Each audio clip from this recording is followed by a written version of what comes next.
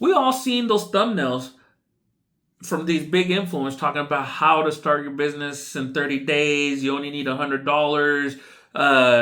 We've seen them all. We've seen them all, right? But let's be honest. How long ago were those videos made? And that's my main question is, when was those videos made? Right now, as the market is changing, when videos are made really matter. And it's just not an updated video or, hey, 2026. Is when did the videos get created that are telling you that sports card investing is easy? The 101 guide, the beginner's guide, the $100. Timing really does matter, because in the last 6 months, the industry has been flipped upside down, and what worked a year ago may not work now. But this is where I come in. I'm going to tell you what's working for me, because the last 3 months, I have made $1,000 on my business consecutively. And to me, that's an accomplishment. And I'm going to tell you exactly what I'm doing. That's worked. That hasn't worked.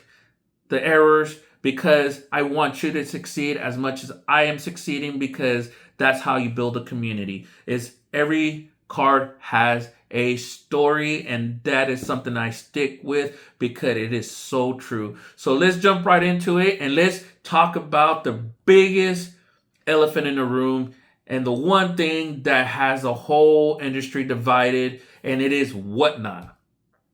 People say to avoid it. People say, no, that's not what I want. But let's be honest. People that are so against whatnot is because they attempted to use whatnot and failed at it. They don't understand it.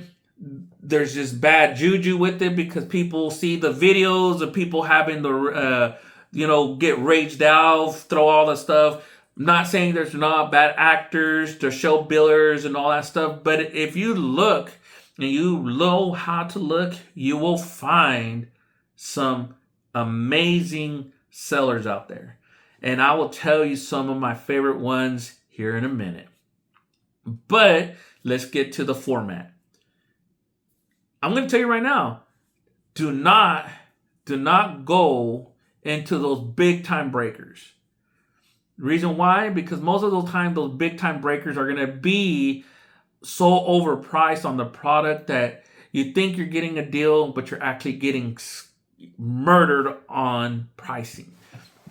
And the reason why I say that is because most of these really big auctioneers, what I call them, is that they're going to sell the hype. They're going to, they're going to get you so hyped up, and you're going to want to get, and you end up losing $200, $300, or $400, and you don't get nothing out of it. And the reason why is because of the formatting. So I'm going to tell you right now, the best 3 formats that have worked for me on what's not is pick your team, pick your spot, and singles. There's a reason behind that, right?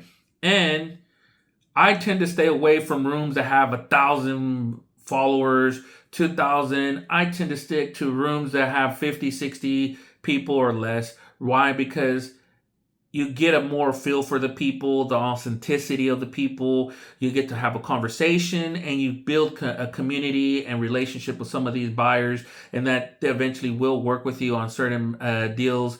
And like I said, I've worked with these individuals for quite some time now, that they even reach out to me like, hey, we got this coming up, or we got some this break coming up. They let me know so I can join those shows, because I've built that trust with them. And that's what you want. They know that I don't buy all the time. And when I have a little extra, I do join the shows and, work my way up. And I have gotten some pretty big hits in those rooms.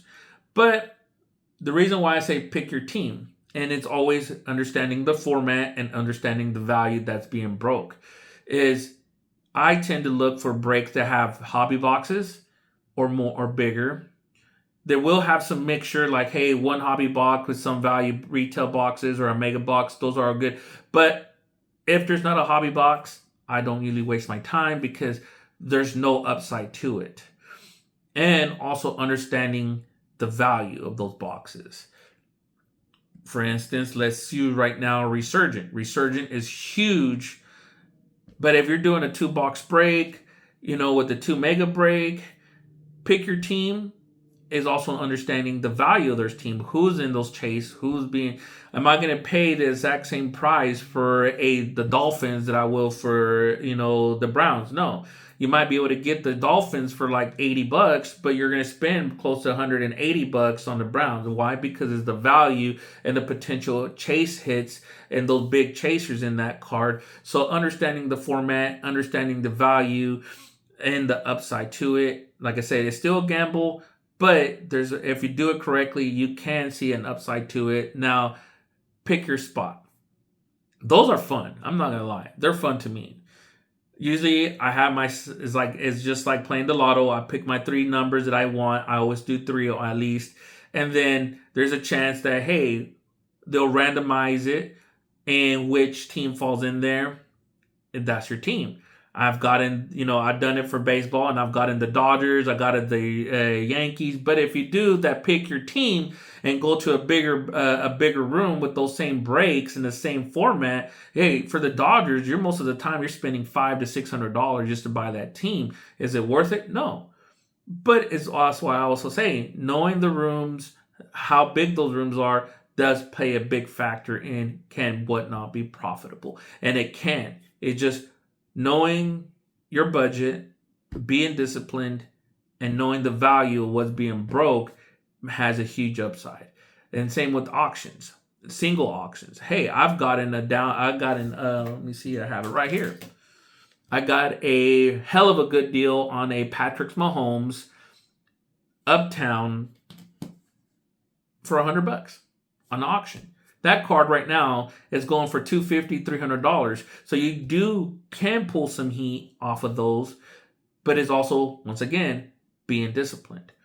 And the reason why a lot of huge influencers are so against it is because most of those, they have their own stores, they have their own shops, and they want you to go buy their products or buy and then talk you out of what's not. Because if you could spend $100 and not have to spend the $500 to buy a hobby box, that means that hobby box is going to sit on their shelf longer, while you can still get the upside of hitting a decent card in these whatnot auctions. And that's why most of them don't support it. But I'm going to tell you, do what you feel comfortable with, but I'm also sharing what has worked for me and what has brought me the most wins, because I have a whole stack of cards, and I'll show you right now. I have a whole stack of cards right now that I have to go through that I've won off of whatnot. And there's some bangers in there. But I also know I have a budget. I allot myself about $250 a month out of what I'm earning for what's not, to go in there, get into these breaks, get some, and I have pulled some decent heat. Like I said, I just showed you an Uptown that I won in an auction. Another auction I won was a Bow Mix Cosmic Galactic Orange color match, 17 out of 25. That right now, as of raw, is going for anywhere from $800 to $900. Graded goes up to about $2,000. All right, so there are some bangers. And another one that I just got this one yesterday is a Mookie Betts Redemption. It's a prime patch autograph relic red parallel, which right now that's a 1 of 5. And which one do you get? Hopefully you get a bookend. I get the bookend because then that just exponentially changes the value of that card dramatically. But once again, it tells you that there is potential there and what's not, but it's doing it right, doing it correctly. And it's one of the things most influencers will tell you not to do because it's wasting money. But if you do it correctly, you can get some heat. You can makes a profit off of whatnot, but it is doing it correctly. Second thing is I want to touch base on is grading. Grading is such a big hurdle right now, and it's changed so much. But learning how to grade really makes a big difference. I'm not going to lie. I wasn't the great at it 6 months ago, and my experience, my knowledge has changed dramatically. First thing is, before you grade, is knowing how to look at your cards, know the centering, and before you even decide is always getting a second opinion. having people that you trust that will look at your cards and tell you, yeah, this is offsides or this is, going too far to the left. Knowing how to grade and how to grade properly makes a big difference. You don't want to send a card that's going to give you an 8 and spend the $80 because right now that's the best value you're getting at a PSA, and also understanding the market. That's the two biggest things roll into one is grading and knowing when to grade.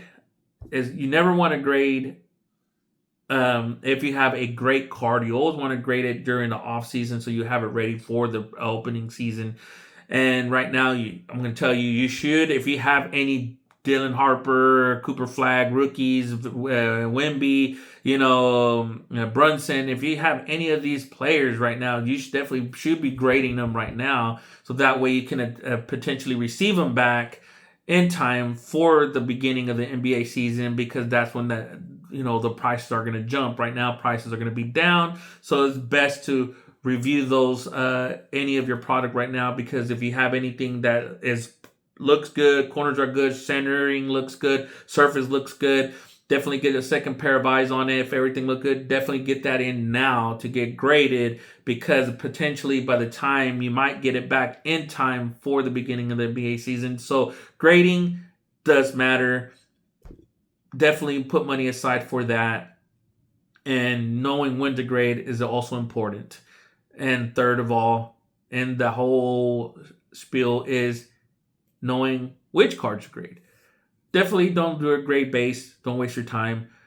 We're looking at case hits, refractors, X parallels, those short print cards. All those are worth reviewing, looking at what the market shows, and getting those integrating, because those are potentially the ones that people are going to want. They're not going to want base. They're going to want those short prints, color match, jersey number match, all that. All those have value, and knowing what to look for also is important.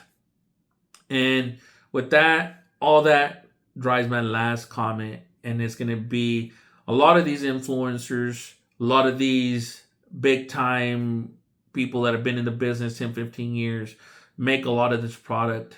A lot of these have their own products, like market movers. They have their apps. They have their store. They all have apps that tell you, but nothing beats learning things the hard way before you cut corners.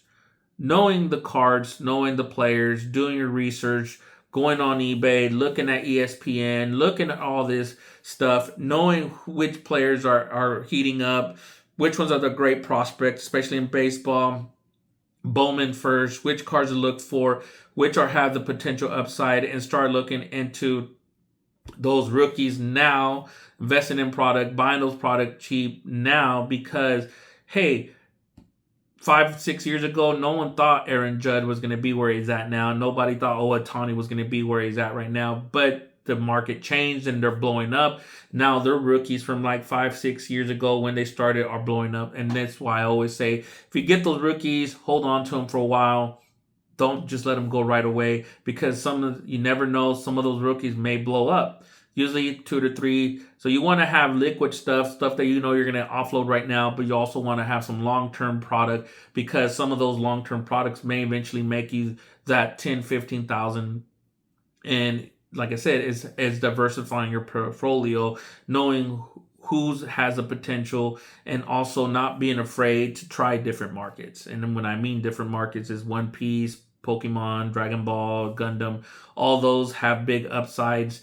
They don't have an off season. So if you do get those cards, or you're able to come up on them sold cards, some of those have great flip value when it comes to grading. And that's where you learn to be consistent, and how I got to this point where I'm making at least $1,000 a month extra consistently. I'm very proud that I made it 3 months consistently off of 1,000, which is great, because that just means I can put more money into supplies, put more money into cards, put more, and eventually build my product up. And I was also having an end goal. What are you trying to accomplish? If you're just trying to do it as a hobby, great. But if there's a potential upside where you want to start your own business, open your own storefront, practice those small little things right now. get disciplined on budgeting, get disciplined on, what cards to grade, what not to grade, how to buy new product. All that matters, and doing it right and getting it right starting out pays dividends. Because don't be me. Don't get overexcited and think that you have $1,000 card and let it go for 500, and only to find out if I would have held onto that card, I could have made $2,000 off of it.